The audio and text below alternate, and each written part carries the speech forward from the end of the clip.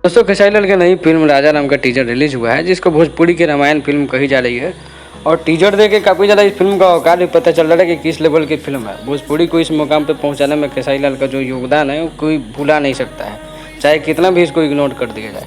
Teaser release होने के बाद आप देख सकते हैं बॉलीवुड के बड़े बड़े यूट्यूबर जो बॉलीवुड और हॉलीवुड के गानों पर फिल्म पर रिएक्शन वीडियो देते हैं, इस पर ढेर सारा रिएक्शन वीडियो बनाया है।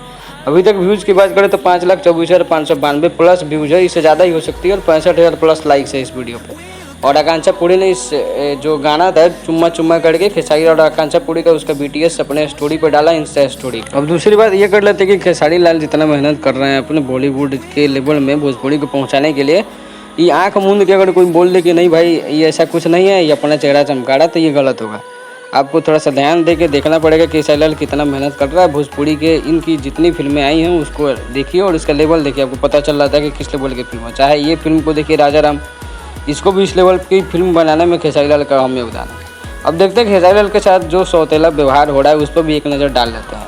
ये रानी चटर्जी, मनीषा रानी, बहुत सारे एक्टर हैं, बहुत सारे हीरोइन हैं जिसका हम अभी स्क्रीनशॉट लिए नहीं है उन लोगों ने। एक समय में अक्षरा सिंह भी थी जो खेसारी लाल के साथ बहुत सारी फिल्मों में काम की। रानी चटर्जी थी, इनका भी बहुत सारा फिल्म जो खेसारी लाल के साथ आया।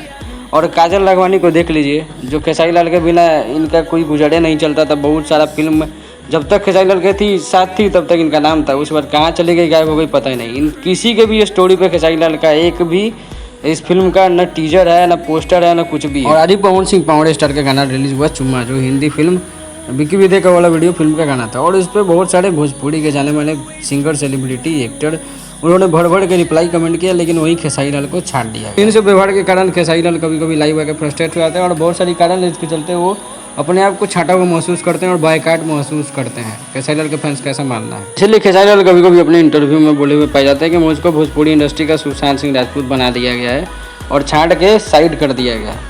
लेकिन बेचारा अपना मेहनत करते रहता है। उन पर जातिवाद का भी ठप्पा लगाया, तो जातिवाद का ठप्पा लगाइएगा तो दिनेश लाल यादव भी कोई लाइक कमेंट चाहे कोई स्टोरी तक नहीं लगाया इस फिल्म का। इतने बड़ी लेवल की फिल्म है, इन लोगों को थोड़ा बहुत व्यूज चाहे कमेंट चाहे लाइक चाहे स्टोरी लगा देना चाहिए अगर जातिवाद होता तो।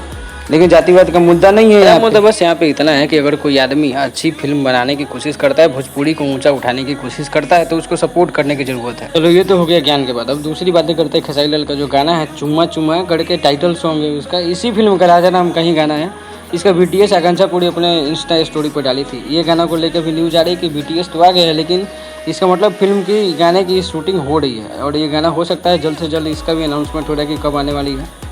दोस्तों इसी तरह की वीडियो के लिए चैनल से बने रहिए और अपना राय कमेंट में ज़रूर दें।